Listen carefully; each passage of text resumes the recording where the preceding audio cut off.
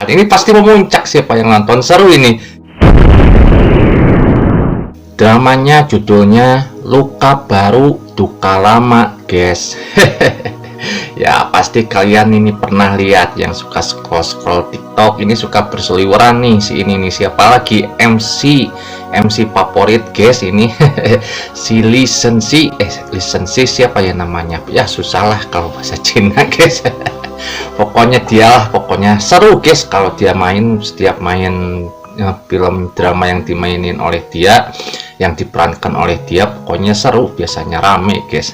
Seru guys, filmnya ini bikin emosi kita memuncak saat nonton guys. Gimana coba bayangkan, ini pasti memuncak, siapa yang nonton, seru ini. Gimana gitu, ini akhirnya gimana gitu. Pokoknya rame guys ini filmnya guys. Ya sinopsisnya secara garis besar guys, ini kan itu namanya beda-beda ya guys ya, tiap aplikasi, karena kan disesuaikan dengan yang ada di Indonesia kan. Jadi pas nama tokoh di filmnya juga sudah di Indonesia kan. Ini judulnya juga beda-beda. Aku ini nontonnya di Free Reels. Kalau di Free Reels itu judulnya Luka Baru Duka Lama.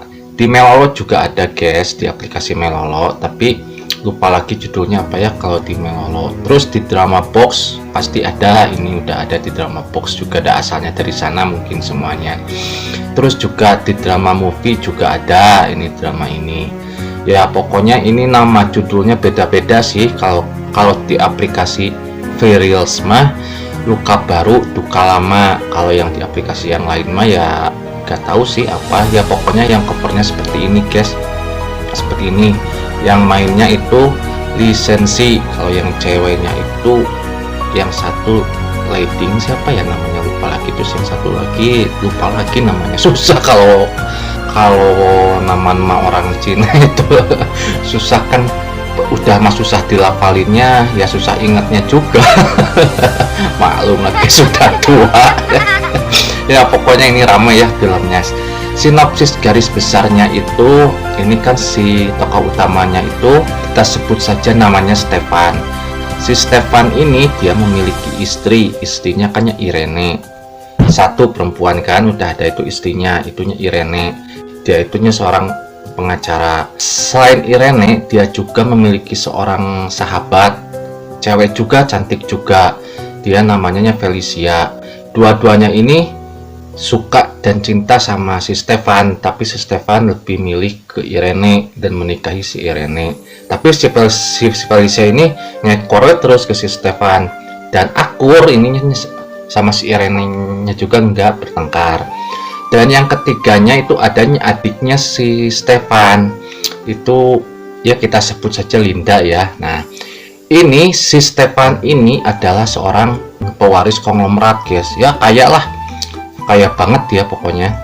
Nah ini disokong atau dilindungi oleh Irene di bidang hukum. Terus si Felicia kan dia kan juara UFC ya, juara bela diri campuran itu kan. Terus kalau ada apa-apa kan bodyguardnya lah gitunya si Felicia itu. Nah terus si adiknya itu si Linda ya, si Linda itu kan adiknya udah terbiasa bisnis juga dong kan, dia kan dari keluarga kaya juga kan, ya adik kandung langsung. Yang ngurus bisnisnya si Stefan itu ya adiknya gitu yuk, si Linda. Jadi si Stefan itu ya diam aja, ongkang kaki aja gitu. Hukum udah dilindungi samanya pengacara. Istrinya itu kan dikenal sebagai ratu neraka di dunia hukum. Jadi semua pengacara itu kalau misalkan ada Irene yang jadi pengacaranya itu pasti menang gitu. Itu pas setiapnya kasus itu istrinya itu kan. Jadi ya takut pengacara yang lain pun ya gak mau berurusan hukum dengan si Irene itu. Singkat cerita guys, ini masih diceritakan di episode 1 loh, tapi udah epic, kayak kita udah nonton banyak episode lah. Si Linda ini adik kandung satu-satunya si Stefan ini, yang raja bisnis itu kan, itu diculik terus diperkosa oleh seseorang, ya kita sebut saja namanya Andi guys, yang memperkosa si Linda ini. Diperkosa malam-malam, udah diperkosa itunya dibunuh lagi. Nah ketangkap kan, itunya ketangkep tangan loh, ketangkep di tempat, ada kejadiannya, korbannya ada, pelakunya ada, buktinya juga ada, lengkap pokoknya itu kan. Nah terus kan marah-marah lah si Stefan itu. Nah terus kan dituntut di pengadilan. Nah ini anehnya guys, di pengadilan itu yang jadinya pengacara pembela dari si pelaku pemerkosa itu ya, si Andi itu, ternyata istrinya Stefan guys, si Irene itu, si ratu neraka dari dunia hukum kan.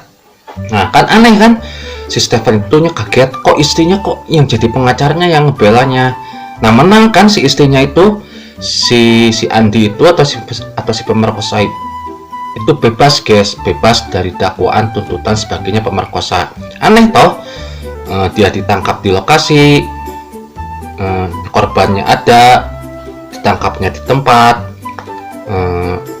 saksinya ada, buktinya ada, kok bisa lolos gitu kan. Aneh kan ya, namanya juga gimana lah, film biar rame guys.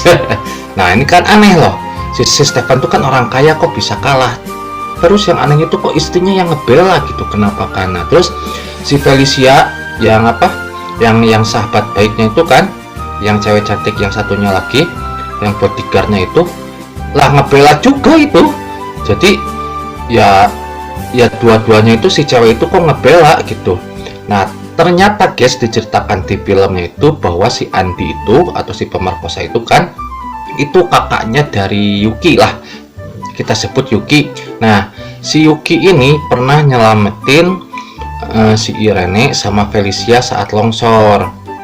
Jadi si Irene sama Felicia itu kan merasa berhutang budi ke si Yuki gitu kan, ini berhutang nyawa. Nah untuk membalasnya itu, untuk membayar hutang nyawanya itu, ya dia membelanya kakaknya si Yuki ya, si Andi itu, supaya nggak dipenjara. Nah dah beres kan segitu ya.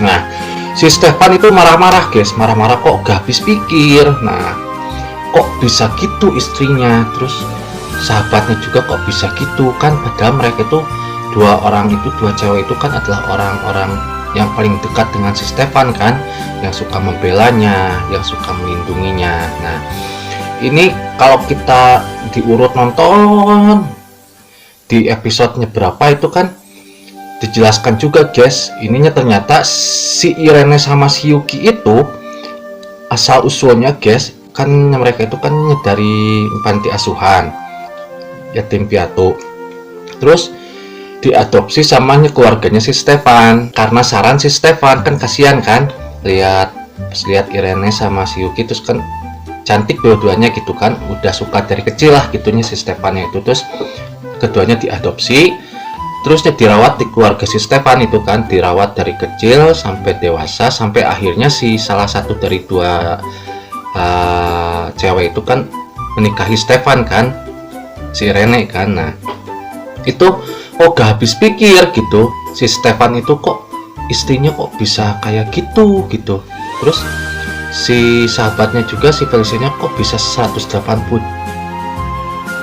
derajatnya berubah. Itu rame guys, dari episode 2 itu, episode 2 sampai sekitar episode 27 atau 28 guys, itu lika-likunya tuh si Stefan itu dipojokkan terus guys, kan dia orang kaya kan, orang kaya, terus udah marah-marah ke istrinya toh, kok ngebela gitu, kekeh itunya si istrinya juga, pokoknya kamu harus minta maaf dan sebagainya gitu. Si Felicia juga sama kan, aneh kan ya, namanya laki lah, gimana ya kok kayak gitu ya, ada istri sama gimana ya kan, mikir juga kan, loh kok ini gimana. Pasti yang nonton ini pas awal-awal pasti mikirnya gini, si Irene sama si Felicia itu ternyata mungkin suka sama si Yuki atau suka sama si Andi itu kan, jadi pingin berkhianat ke si Stefan.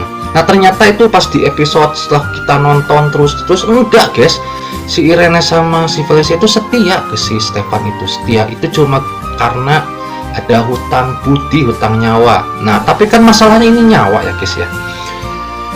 Si Linda itu kan adiknya si Stefan kan, Linda itu pas adiknya si Stefan itu kan salah satu yang ikutnya membesarkan, kan itu darinya keluarga yang membesarkan si Irene sama si Felicia kan. Nah terus kan seharusnya pas lebih berhutang budi ke keluarganya si Stefan daripada ke si Yuki, kan aneh kan. Nah ini pas saya nonton ini kan udah berkali-kali toh, ini nontonnya rame loh.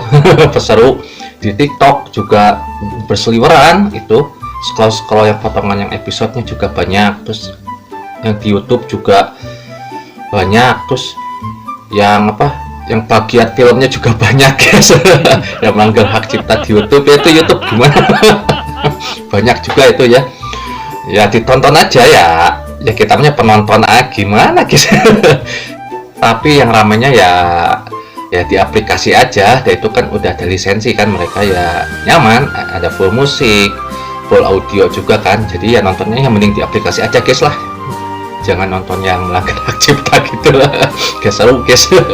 Nah pas saya nonton itu, pas baca di komen-komennya itu ya banyak yang pertanyakan ini gimana, ini yang buat film atau penulis skenario nya mungkin ya gitu, yang menyalahinnya kok bisa buatnya karakter yang kayak gini gitu, kok gak masuk akal si Irene sama si Felicia itu kok bisa seperti itu, kok hutang budinya kok cuma nyelamatin sekali tapi kok bisa mengkhianati istilahnya itu kan nyawa guys ya. Kalau si Linda itu kan udah mati diperkosa terus dibunuh kan, terus di filmnya itu juga kan dijelaskan bahwa jadi kan diputar balikan fakta, jadi yang bersalah itu si Lindanya itu kan jadi memutarbalikkan fakta toh, kok bisa gini orang, kok bisa sekejam ini. Nah terus di episode itu kan terpukul kan si Stefan itu kan mencari pengacara yang lain gak bisa, pada takut ke Irene kan, yang pengacara yang lain.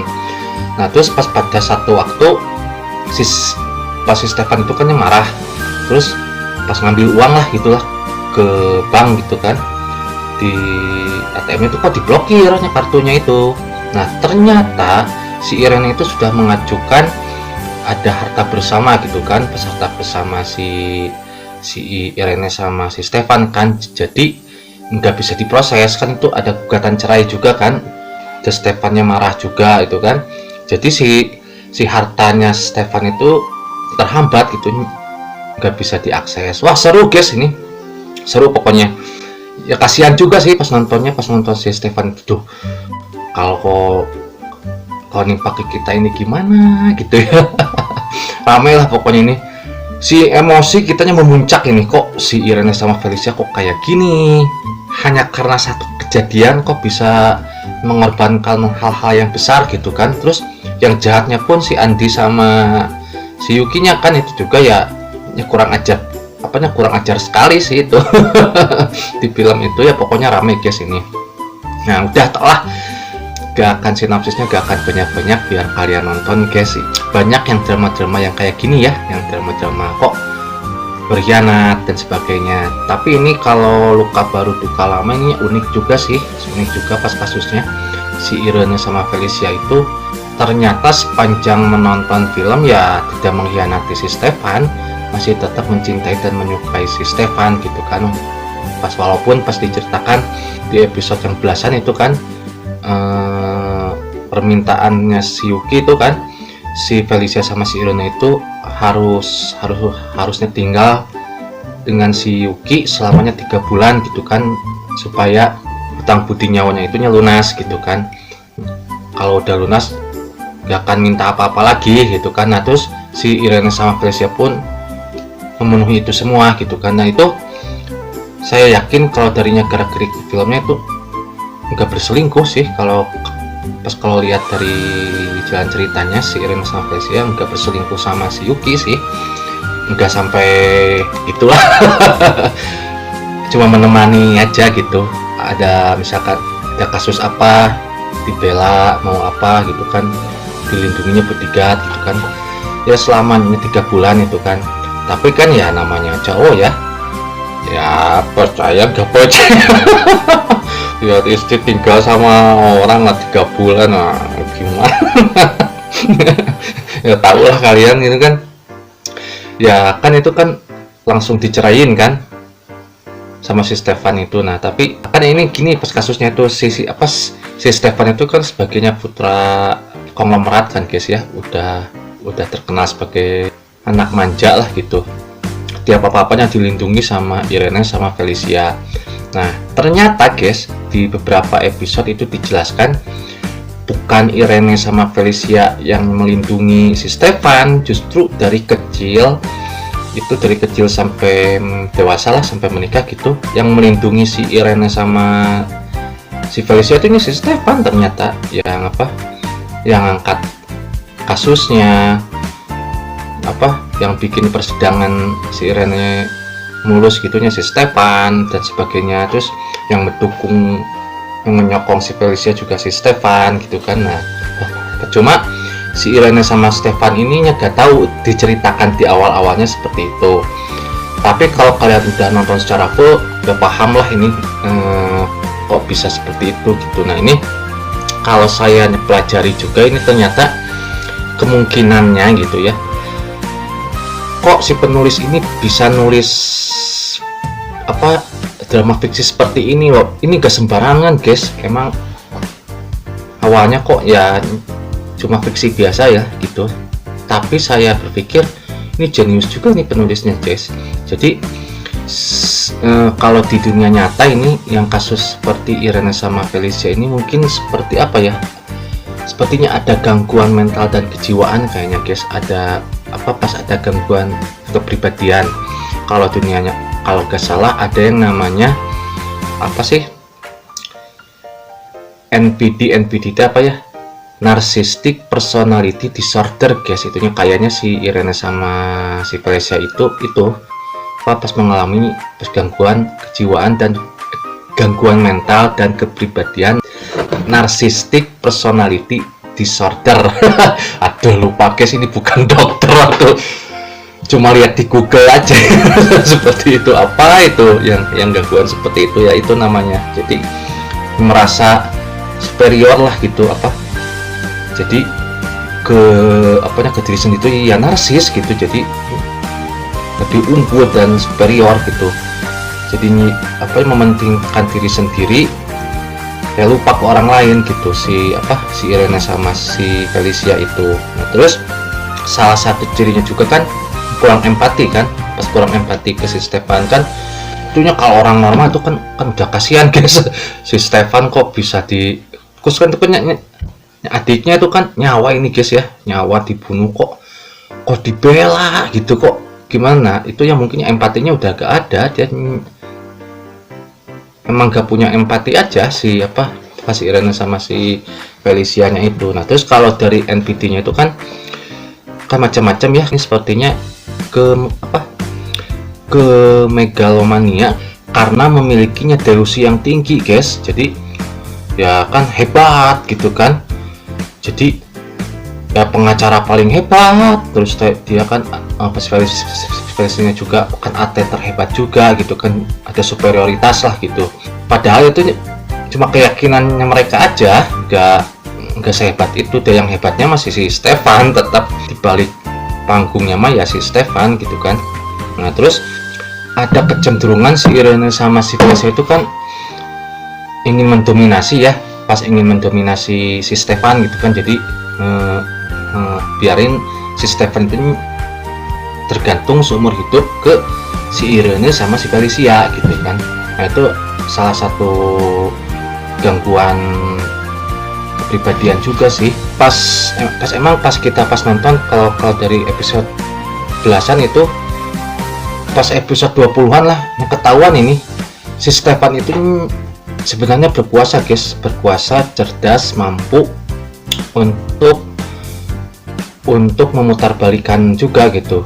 Cuman ya karena ada guncangan hebat gitu ya, kejadian yang hebat gitu kan, ya tiap orang juga sama lah. Misalkan kan adiknya diperkosa, meninggal kan, musibah besar kan. Terus si pelakunya kok dibela sama istrinya, terus sahabatnya yang dia tahu cuma suka ke dia gitu kan, yang asalnya setia, kok jadi membelot seperti itu, membela ke orang lain gitu, kok kan kaget gitu. Setiap orang pun pasti kaget. Terus dari satu kejadian ke kejadian yang kedua, ketiga, keempat, jadi dia tuh ya kacau lah, jadi nggak bisa berpikir jernih. Andai kata kalau misalkan si Stefan itu ya, ini mah kalau gitu, kalau dia berpikir jernih ya mudah, dia kan walaupun itu kan ntar di akhir kan diceritakan juga, walaupun harta bersama sama si Irene kan itunya harta bersamanya pas menikah kan, dia memilikinya harta warisan yang gak bisa dikendalikan sama si Irene, dan itu lebih besar daripadanya harta bersama sama istrinya itu. Nah sedangkan si istrinya tuh menganggap ya semua harta si Stefan itu ya itu. Nah sehingga kan pasti mau ke akhir-akhir kan dijelaskan juga ya ternyata ya emang gak punya apa-apa, si Irene sama si Felicia itu ya gak punya apa-apa. Tanpa Stefan ya hancur sendiri mereka. Ya mungkin selama 3 bulan ya bisa bertahan, tidak ada uang yang dipegang gitu kan selama 3 bulan. Tapi pas masuk ke bulan keempat, kelima, terus si Stefannya menghilang, hartanya kok jadi hilang semua, si aset-asetnya kok jadi atas nama orang lain gitu kan. Terus pengacara pengacara sama sosialita itu kan mereka kok diboikot gitu kan. Dan memang berkuasa si Stefan itu, ketambah kan memang dibantu sama bibinya ya itu ya, kalau di film itu kan dibantu sama bibinya. Jadi ya si Stefannya juga udah ngapain lah itu, dibela kan ke luar negeri lah gitu kan, ke Myanmar ya pas kalau di filmnya diceritakannya. Jadi pas akhir-akhir itu, pas episode ke 20 sampai ke 20 berapa gitu, yang diceritain tuh cuma kemalangan si Irene sama si Felicia aja gitu. Si Stefan di Myanmar ya bebas-bebas aja. Dia senang-senang aja gitu, yang udah melupakan hal itu. Rasanya pada satu titik harus kembali ke Cina lagi kan, ketemu lagi ya ramai lagi gitu kan, bacot lagi. Udahlah ini ngapain, kata Stefan itu, udah gak ini, balik lagi ke Myanmar, kejar lagi si Stefannya itu ke Myanmar. Dan ya seperti drama yang lainnya ya karmanya dapat gitu. Si Felicia sama si Irene juga ya menyesal. Terus si yang jahatnya itu si Andi sama si Yuki kan ya karmanya juga dapat, ya lebih parah lagi sih. Pas walaupun mungkin nanti ada beberapa dari kalian kalau udah nonton ini ya, pasti akhirnya itu kok gini sih akhirnya, asa nyentuh gitu. Ya beres sih sebenarnya, itu udah terbaca beres ya, hanya saja mungkin ya anggaran biayanya si film ya cuma segitu. Yang mentok di sana gitu. Terus andai kata kalau misalkan kalau mau diperpanjang juga pas season 2 ketiga ya harus ada pendanaan lebih. Terus ya kan kita mah cuma nonton doang ya, nonton dan penggemar aja. Ya pokoknya ini rame, filmnya seru, luka baru duka lama guys. Kalau menurut aku pribadi ini 10/10 lah, ini pantas 10/10. Apalagi ini yang mainnya, yang aktornya udah bagus, si lisensi ya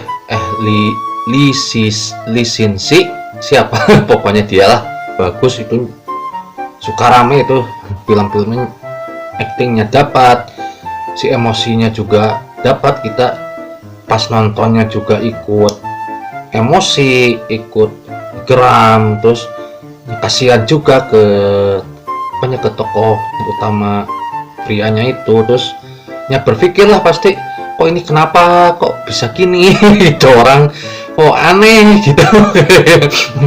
Kok ya kasusnya kok kayak gini, kan simple itu seharusnya. Itu hanya kalut mungkin ya, si Stefan udah kalut, udah mentok, udah gimana gitu kan. Ya pada akhirnya yang baik yang menang gitu. Ya pokoknya bagus guys, kalian harus nonton ya, Luka Baru Duka Lama. Kalian bisa nonton. Kalau Luka Baru Duka Lama aku nontonnya di Free Reels, di Melolo juga ada, di Drama Movie juga ada, di aplikasi di Drama Box juga ada itu, tapi judulnya beda-beda ya, lupa lagi saya ya. Yang gambarnya seperti ini aja lah yang covernya. Di TikTok juga ada guys, ini berseliweran. Di YouTube juga ada, tapi ya kalau kita nonton di tempat yang gak ada lisensi ya gitu yuk, pas-pasan gambarnya, pas-pasan audionya. Yang mending nonton di tempat yang berlisensi aja lah, di aplikasi yang udah berlisensi ya. Di Drama Box bagus, Melolo bagus, di Freelance bagus, pokoknya bagus guys ini dramanya.